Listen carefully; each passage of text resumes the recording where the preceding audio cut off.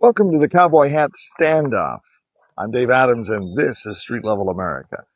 If you've been watching what we're doing, we have taken issue with the Secretary of State's office, and I guess the bureaucrats in the state of Oregon, for not allowing Rick Stever, who won in the primary for Crook County Commissioner going into the general election, to be able to wear a cowboy hat, an iconic symbol of the American West, Oregon Trail. And here's why we're taking a stand on it. Let me just be real honest and frank. Some people may think this is a joke, may think we're just making light of the cowboy hat. Oh, it's just some issue that we just want to poke fun at to increase popularity of Street Level America. Yeah, it's much deeper than that. Did you watch the elections in New York State last night? 3 candidates backed by Socialist Democrat Zohran Mamdani won. The Socialist Democrat Party say they want to remake America. Guaranteed personal income, wide open borders, Social Security for all,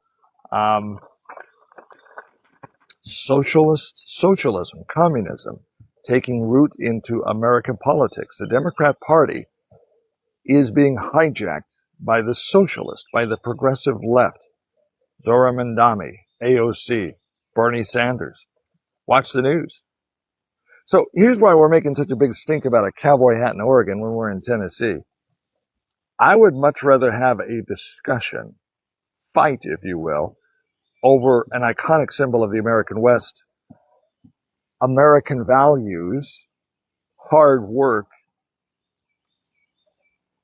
right now, over a cowboy hat. I'd rather draw the line in the sand now than have to fight this battle over the taking of our guns, the taking of our Bibles, the giving up of our rights, the rewriting of the Constitution. So let's take a look at this cowboy hat issue. In the state of Oregon, Oregon Revised Statute, a law passed in 1965 by the Oregon legislature with bipartisan support, said that you cannot have any head covering. So I asked the Secretary of State's office, we did a dive into this story, and we're not giving up on this story. This is an important issue. Again, it's more than a hat. And we want to fight the fight now in Oregon and elsewhere when we're talking about things like a cowboy hat before we get into the deeper issues, which we will in the United States. Just look at what's going on in the political landscape of this country. Look what's going on in New York and other progressive left states. But let's go back to 1965. This is from the Statesman Journal, a Salem, Oregon newspaper. This clipping was given to me by the Secretary of State's office. This was dated January 23rd, 1965, from the Oregon Statesman Journal. Hatless candidate photos voted for voters pamphlet. House members of the Oregon legislature had a little sport Friday. They had some fun with the bill changing the requirements for pictures in the voters' pamphlet as the second week of the 1965 session closed. The bill, which was finally passed 56-2, so bipartisan support, prohibits a candidate from using in the pamphlet a picture of himself in military uniform, judge's robes, or wearing a hat, like this one. The candidate must also pose against a black background. No legislator standing in front of the Capitol. Toupees questioned. Can you wear a toupee?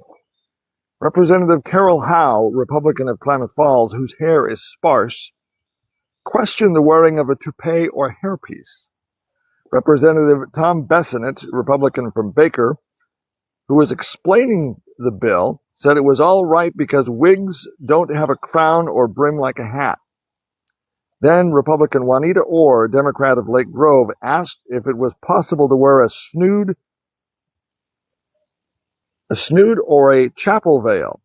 The answer from Republican Beulah Hand, Democrat from Milwaukee, was no. Mrs. Hand also explained why the bill bars showing of hands in the picture. She said a candidate some years ago always put up his hand beside his face, noting that they were working man's hands. What's going on here? They had a little levity. They had a little light, a little sport of it in 1965. Have some fun with it.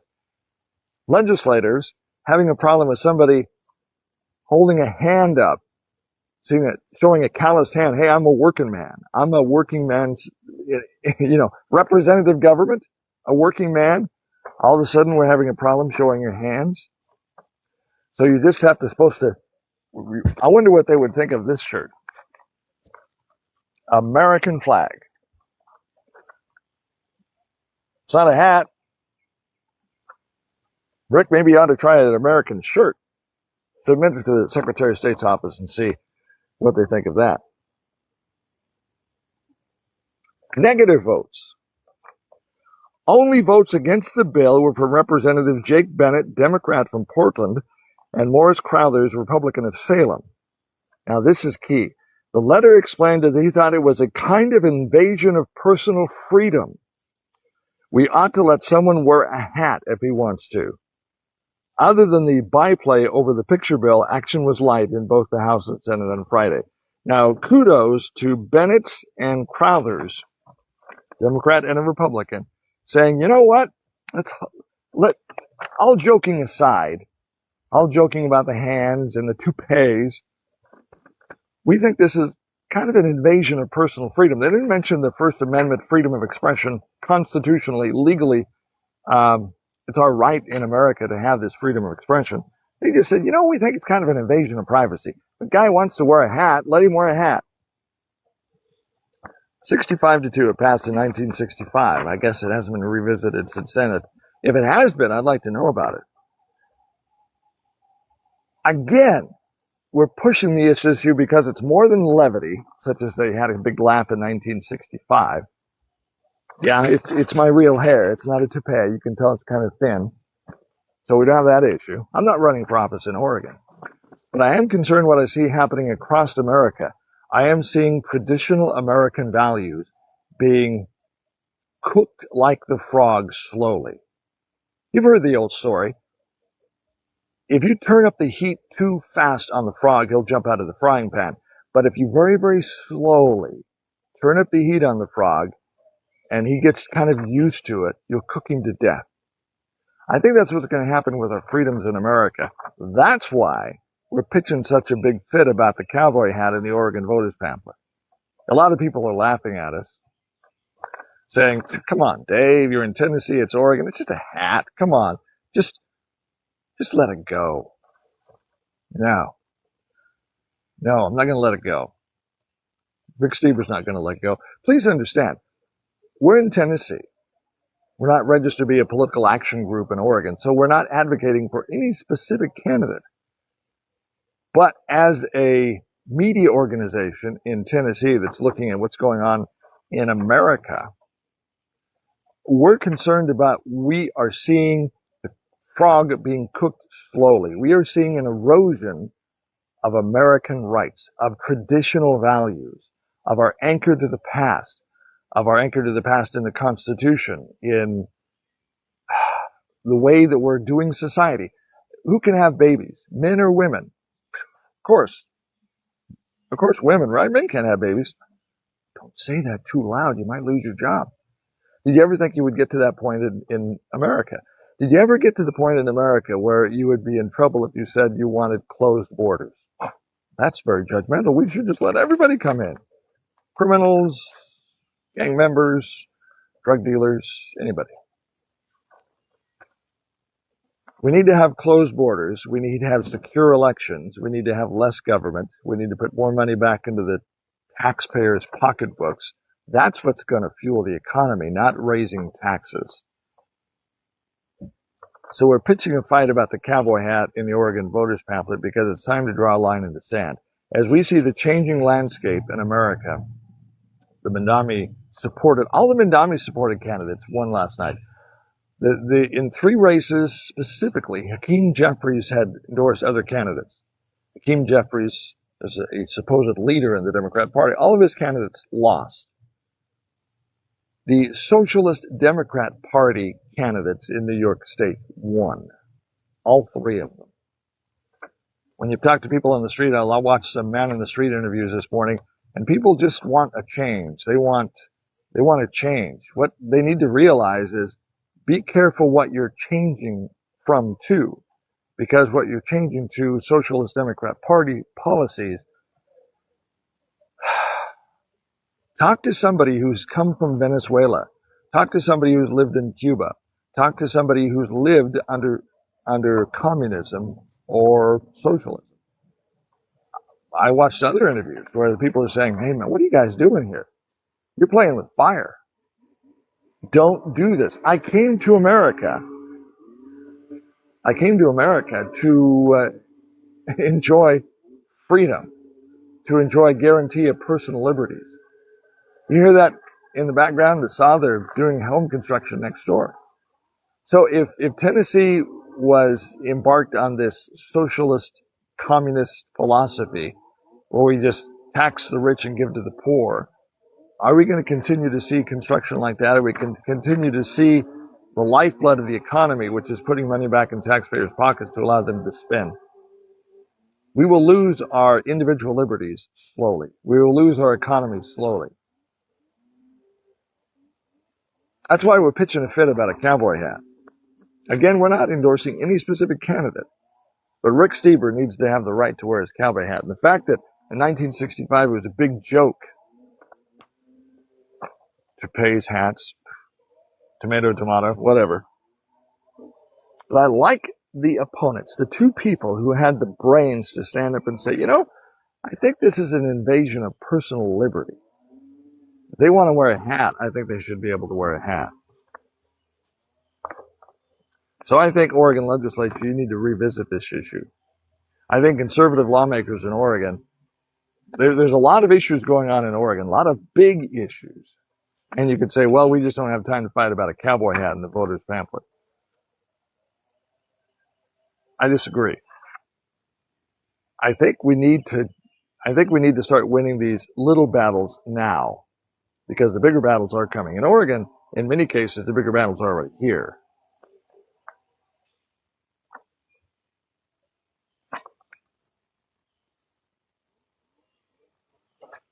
It's kind of an invasion of personal freedom. We ought to let someone wear a hat if he wants to.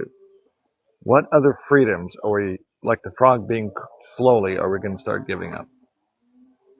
So, Tennessee, Oregon, cowboy hat. One of the things I like about the cowboy hat, now I'm not a cowboy, but I do love the American traditional. I love the story of the Old West. I love the story of America. I love the story of all of the positive accomplishments America has done. Why is that? It's because in America, we have been granted the freedom and personal liberty to achieve our dreams, to shoot for the moon. What was the first nation who put a man on the moon? It was the United States of America. We shot for the moon and we hit it. What is it? What is it about America? Other nations have had, huge amounts of natural resources, large land mass, large amounts of people. Why is it that America has become the juggernaut it has in industry, in the global impact we have on the economy? The biggest military, arguably, in the world, the most effective military, arguably, in the world. It's because in America, there is no other place like this, that we are guaranteed the freedom to do what we want to do, the personal freedom and the ability to do that unhindered by government. Do we want to put the shackles on that economy? Do we want to put the shackles on that freedom and become like Venezuela or North Korea or Russia or China? Look at those countries. Look what they've become. Like the story in the Bible of trading away your birthright for a bowl of soup. Short-term, you're looking at long-term pain for short-term gain. Look at Bindami. Look at what he's been doing in New York City. He's promised free bus rides, so on and so forth. Where are the free buses, man? Hey, Bindami, where are the free buses? You got into office, and a few days afterwards, you're going to say, we're going to raise your taxes. And people with money and businesses are exiting New York, going to Florida, where personal freedom thrives. People are leaving California. Look at the U-Haul rates. It's much cheaper to get a U-Haul out of California than it is going the other way. Why? Because all the U-Hauls are going out of California. Folks, McFly, wake up. What does that tell you? It tells you we need to take a stand on American values. And that's why we're pitching a fit about this cowboy hat. You can laugh. You can say it's not a big deal. But I like back in 1965, 2 people in Oregon got it. Kind of an invasion of personal, they call it a personal freedom. I call it an invasion of personal guaranteed liberties under the First Amendment of the U.S. Constitution. You should be able to wear a hat. And apparently it was a big joke back in 1965. Not a joke now. My friends, it's not a joke. Look at the election results. Look at the Socialist Democrat Party reshaping the Democrat Party. Here's my concern. So if you could say, oh, well, America's not going to vote for social Democrats. So don't worry about the Socialist Democrat Party because the Republican Party will win. What would happen if all of a sudden, Donald Trump or whoever's leading the Republican Party did something that really ticked off a lot of people? And a lot of times when you go to the polls, it's like, who do you hate the least? And if at that point, if a Trump-backed candidate just did something that you just really stuck their foot in a pile of dog do or whatever, and they go, well, I don't really like what happened yesterday. Maybe he got caught in an affair with someone, and then they vote for the Socialist Democrat. And then we have a Socialist Democrat in high party office. We're getting more and more of them heading towards Congress. When they get in there, what are they going to do to the U.S. Constitution?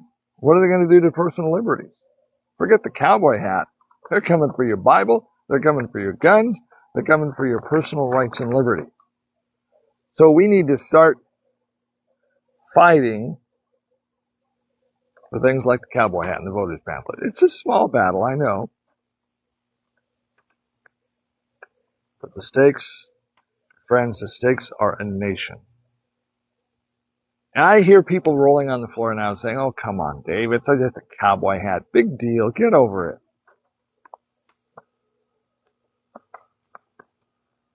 It's not a big deal. I see the Socialist Democrat Party getting a strong foothold in American politics, and that concerns me. So we as patriot Americans need to start fighting the battles and start winning these battles. We need to talk also about party unity. In Georgia, there's kind of a fracturing of both parties, including the conservative Republican Party. In Dalton, Georgia, last year, Georgia Republicans were very upset because the establishment people in control blocked them from the mics and prevented them from having a say in how the Georgia Republican Party is being run. And grassroots Republicans in Georgia are still ticked. Mad is not a big enough word. They are furious. And some of them are saying, I'm out of this. I'm leaving the party. I'm not voting for another Republican in Georgia. Here's the problem. If things like that happen in parties like Oregon across the state, where something happens where you disagree with leadership and you just kind of check out, and the Socialist Democrats get coalesced and they win because we're fractured and fighting about the color of the carpet or the fact that we don't like stuff. So I'm talking to conservatives in America. I'm talking to conservatives in Georgia. I'm talking to conservatives in Oregon. And in Georgia's case, this is just me speaking out, all right? If you don't like how the Georgia Republican Party is being run, change it. Or put up another candidate as a conservative candidate. And I'm said, they tell me, Dave, it's too hard to start another political party. Okay. So if you continue to fracture the Republican Party and the Democrat Socialists win, how's that working for you, buddy? Voting no as a protest vote isn't working. You vote no, you don't show up to the polls because in Georgia's case, the Republicans are pissed off. and just still show up as a show of protest, you do that and the other side wins. How's that working for you?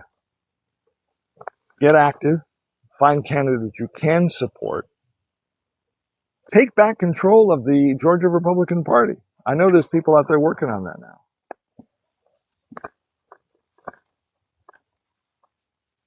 I have never been as politically active as I am right now. Why? Because I see a nation that I love changing before my eyes. I see that we're at the fork in the road.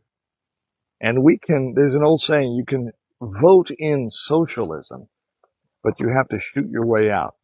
Look at what's going on in Iran with dissidents of the party in control. Look what's going on in Venezuela. Look what's going on in Cuba. Look what's going on in North Korea, the parties that have communism or socialism in place. They are a train wreck. They're not having a good economy. The quality of life sucks.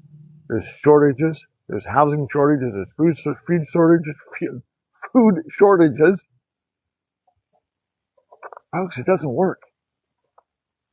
So just because you hate Donald Trump is no reason to vote for a socialist Democrat. There is another way, and it's not socialist or communist party philosophies. Look at the history. There is a saying, those who refuse to learn from history are doomed to repeat its mistakes. Let's say you don't like Donald Trump. We need to have candidates who believe in a couple things. Secure borders, supporting law enforcement. We need to be a nation of law and order. If we're not a nation of law and order, we really don't have freedom because we have to stay in our homes with guns at the door and the doors boarded up. That is not a way to live. Secure borders, law and order, more money in the pockets of our citizens, not the government. This is not a redistribution of wealth. This is not like I was watching a story the other day about the man suspected of starting, was it the Paradise Fire? Hated rich people. So he kind of wanted to start a fire because he was mad at rich people. Is that why you're voting for socialist Democrat policies and candidates? Because you hate rich people? You're jealous of them? They worked hard. Go out and work hard. Save your money. It's the American dream. Closed borders. Law and order. More money in taxpayers' pockets. Government should not be a redistribution of wealth. We need to get back in America the philosophy of work. Work is important. You work by the sweat of your brow. How did America get to be the juggernaut in everything? In research, in development, in business, in inventions, in economic strength, in military strength? It's because we work, and we work hard. Look at our kids. Well, look what's going on in education. Education, I think the public school system, I think the Department of Education should be abolished. Because they're teaching our kids some really stupid things. They're teaching our kids to hate America. This nation that was built on work ethic, this nation that was built on the foundational principles of freedom, liberty, and justice for all. We're teaching our kids in a public school system to hate America. And that all old white men are angry blank blanks. And that all cops are whatever. I don't like what you're teaching my kids in school, so we ought to abolish the Federal Department of Education. And education should be handed back down to the local level. That's what I think. Take the money and give it back to the states and let them educate our kids. We need to get back to conservative American values. God, the Constitution, more money in taxpayers' pockets, less government intrusion. If you have more and more and more and more government intrusion, you have less and less and less and less freedom.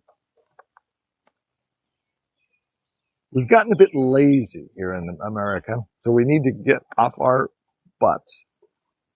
And we need to start working, and we need to work hard. One of the things we need to work hard on is electing good people to office. We need to elect people of character, not people who are characters. Let me say that again. We need to elect people of character, not who are characters.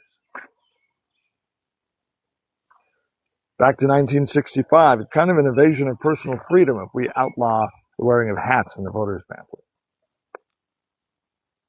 56 to 2.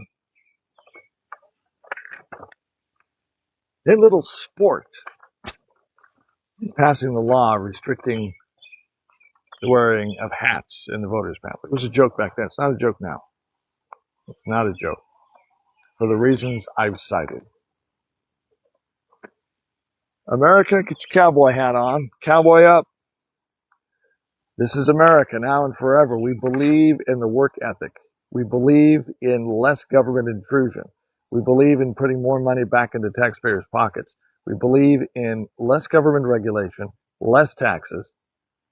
The fastest way to deflate an economic revival is to take more and more money out of the taxpayers' pockets and shove it into that black hole called government spending.